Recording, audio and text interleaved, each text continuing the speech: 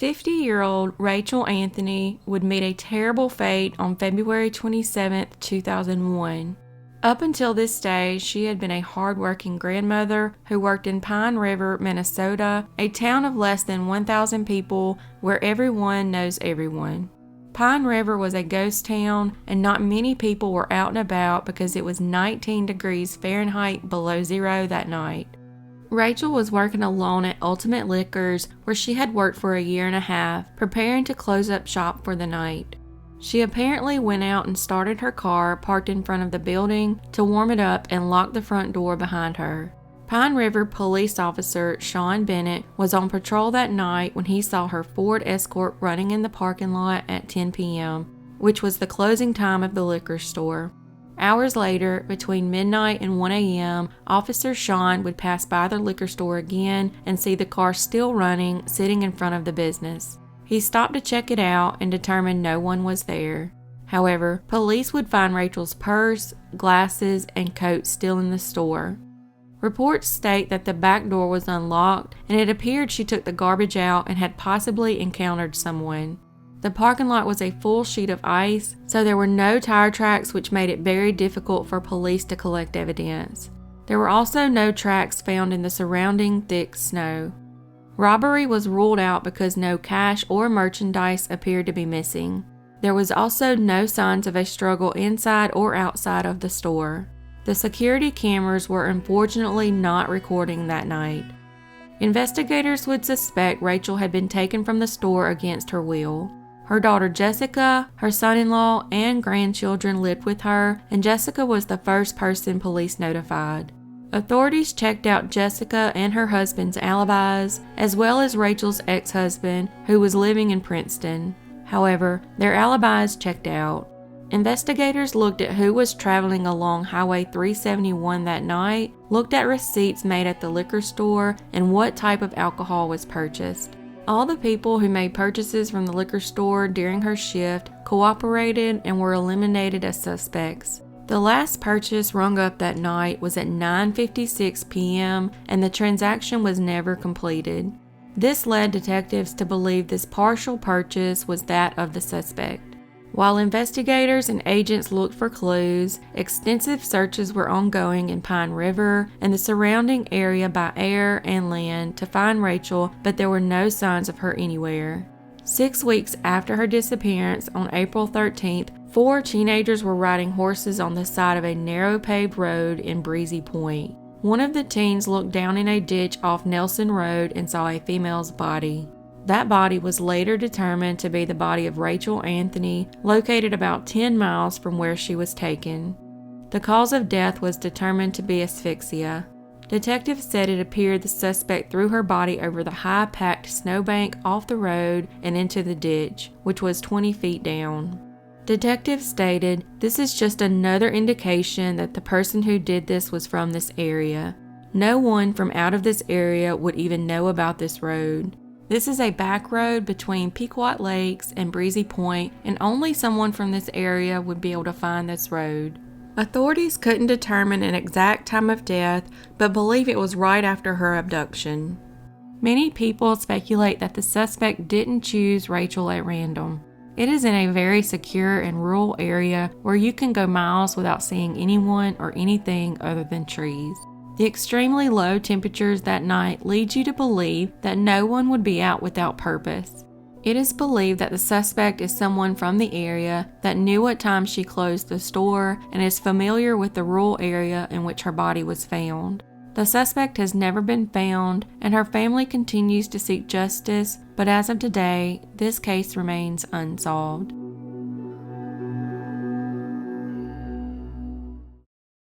Abdullah Cisse was born on October 16, 1992 in Minneapolis, Minnesota, and was the son of Senegalese immigrants. He was the first of his family to be born in the U.S. and was brought up in Minnesota until the early 2000s when his family returned to Senegal. After completing his education in Senegal, he moved to Beijing, China to attend college. He would then return to Minnesota, where he would later join the Minnesota National Guard in 2014. Abdullah was highly intelligent, talented, and multilingual. He was fluent in French, Mandarin Chinese, and Wolof, a language from his parents' home in Senegal. His fellow soldiers described him as a natural-born leader who knew how to draw the best out of people. He already had overseas experience, living with his parents for a time in Senegal and studying in China. Colleagues say he had plans to attend the Defense Language Institute, the military's premier language school in Monterey, California, to train as a human intelligence collector, and that his language skills and ease with people made him a perfect fit for it. On his 27th birthday, on October 16, 2019, he had spoken to his parents on the phone. His father would say it was his birthday, so we sang along happy birthday to him, and like a soldier, like a very happy man, he was chanting and chanting with us over the phone. Sadly, tragedy would strike on his birthday, and he would succumb to a very senseless act. Police officers would find him lying in the road in the 500 block of 7th Street, near the apartment he shared with his sister. His family believes he was walking home around 4:30 a.m. in the Marcy Holmes neighborhood when he saw someone breaking into someone else's car and tried to intervene. That is when he was stabbed to death. He was taken on his birthday to the Hennepin County Medical Center, the same hospital where he was born 27 years earlier but would not survive. In the days after his death, shocked neighbors and police launched a safe walk. Officers were canvassing door to door for information, but it led to no motive or suspects. Minneapolis police say there have been no arrests in the case and that detectives continue to investigate. Abdullah's body was flown to his family's home in the city of Touba, Senegal, where he was then buried. His family still seeks answers, and as of today, this case remains unsolved.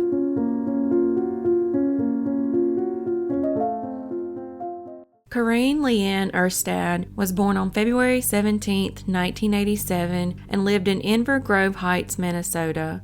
Sadly, Corrine's home life was very troubled. Her family moved frequently, their only income came from welfare payments, and her mother had been treated for cocaine abuse and emotional problems. Corrine and her brother had spent several months in foster care in 1987, shortly after Corrine was born. On June 1, 1992, 5-year-old Corrine was dressed in a white sundress with green and pink watermelons on it as she went to play in Skyview Park near her home around 7:30 p.m. Only a few minutes later, her mother and stepfather sent her 2 older brothers to go get her from the park. However, she was nowhere to be found. 2 hours later, her mother reported her missing to the police. A boy playing in the park told authorities that he believed he saw Corrine talking to an unidentified man that evening. The boy said that he saw a girl matching her description petting the man's dog. It has never been verified that the girl was in fact Corrine. Robert Guevara was a longtime friend of Corrine's mother, Mona Williams. Authorities viewed Robert as the main suspect in her disappearance quickly into their investigation. He often stayed overnight at the family's home when he was too intoxicated to drive home and was there the night Corrine went missing. He reportedly left the home immediately after Corrine went out to play. Police dogs tracked her scent to his home after her disappearance. Shockingly, witnesses told authorities that Robert often slept in the same bed as Corrine when he stayed the night. Corrine's mother stated that her daughter had accused Robert of molesting her on the day of her disappearance. Strangely, Mona did not tell the police about this until several days after her daughter disappeared.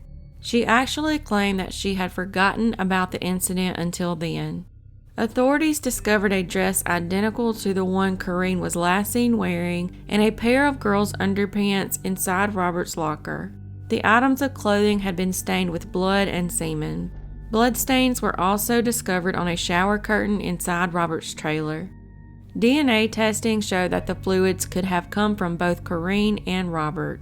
He was charged with her kidnapping, rape, and murder on June 5, 1992, 4 days after Corrine disappeared.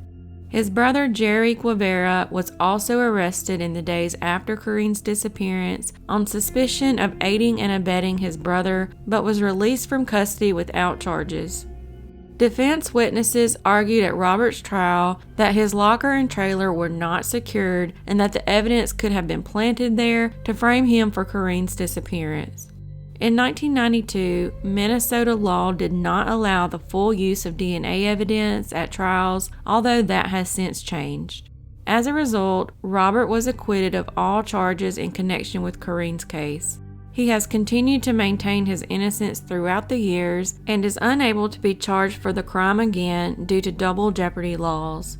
Sadly, Corrine's body has never been found, and as of today, this case remains unsolved.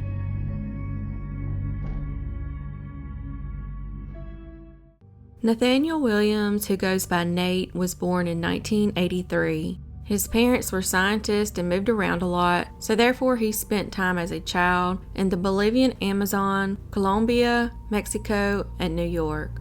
He attended high school in the Washington, D.C. area and would later move because of his love for water to Minnesota because of the many lakes, forests, and having the world's largest freshwater lake. He loved water so much he was given the nickname Fish in high school. His goal was to get a job in wildlife management or maybe as a game warden after he graduated. When he was deciding on schools, he would choose the University of Minnesota at Morris because of the many options for hunting and fishing nearby. Nate also had dyslexia, and UMM was very helpful to students with this diagnosis. 21-year-old Nate was last seen on September 28, 2004, leaving his residence on campus in the 400 block of East 10th Street in Morris, Minnesota. He told his college roommates that he was planning to go on a fishing and hunting trip in Two Harbors, Minnesota. He said that he would be gone for 2 weeks and would return on October 10th. All he had with him when he left were 2 fishing rods and a single-shot 12-gauge shotgun in case he saw a grouse and a blue down comforter from his bed. Nate had told friends in the past that he dreamed of living off the land, disappearing into the wild, and living by his own means like a Special Forces soldier. 2 days later, sheriff's deputies found his teal and white 1966 Ford F-150 pickup truck north of Two Harbors on the Cowichee Lake Road in Lake County, Minnesota, near the Boundary Waters Canoe area. However, there was no sign of Nate or any of his fishing or hunting gear. His parents, who lived in Silver Springs, Maryland, and his roommates reported him missing about a week later when the fishing trip seemed to be lasting longer than usual and he had not contacted anyone. He was not known to have any camping gear or believed to have purchased any during his trip. None of the items he was known to be carrying have ever been found. From credit card receipts, law enforcement was able to determine he had made stops in Brainerd and Grand Rapids, so this was his likely route. Several reports indicate the truck was actually stuck, leaving investigators to think he could have tried to walk out of the area or accepted a ride. Walking out would have been difficult since the area where he went missing is very dense. In 2012, a pilot, Michael Bradley, went missing in the area somewhere around Silver Bay, and not even his plane have been found. Though it is not known exactly where he crashed, it gives you an idea as to how dense the area is and how hard it is to search. However, many people believe that due to all the fishermen and hunters that trek through the area, that someone would have found him after all this time. Therefore, it is speculated that he accepted a ride with someone, was hurt by an animal, or took off on his own. However, his parents do not believe he purposely left on his own, but they also don't believe that he is still alive. Authorities also do not believe he committed suicide, and he was very close to his family. Both Morris and Lake County authorities are investigating his case, but as of today, it remains unsolved.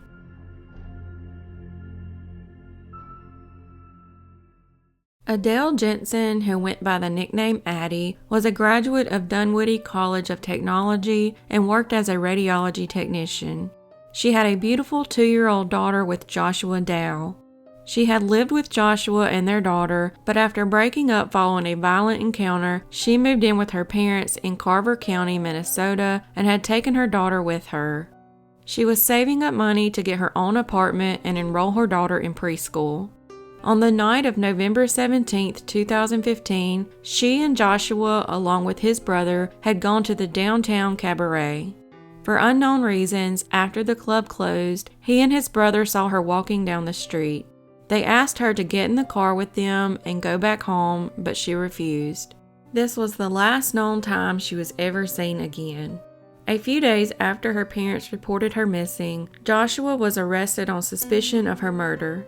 The arrest happened after his brother went to police and gave a statement, saying Addie was dead and he'd helped Joshua move her body. He said that Joshua had forced him to do it. Joshua's brother, who lived with him at his duplex, said at 5 a.m. on November 18th he'd been asleep when the sound of a gunshot woke him up. Joshua told him he'd dropped a gun and it had gone off accidentally, and his brother went back to sleep. At about noon, Josh's brother woke up and found a friend, who is now deceased, in the duplex helping his brother remove a blood-stained sofa. He also said that Addie's body was wrapped in plastic, like the plastic used at the warehouse where both Joshua and his brother worked, in the 2500 block of North 2nd Street in Minneapolis. Cell phone records show that Joshua had been at the warehouse at 7:20 a.m. that morning. He told his brother that Addie had taken her own life. He allegedly held a gun to his brother's head and threatened him and their mother, telling him he had to help move the body, clean up the crime scene, and go along with the story that she was missing. The three men loaded the couch into the friend's van and later cut it in pieces and scattered the pieces in various locations.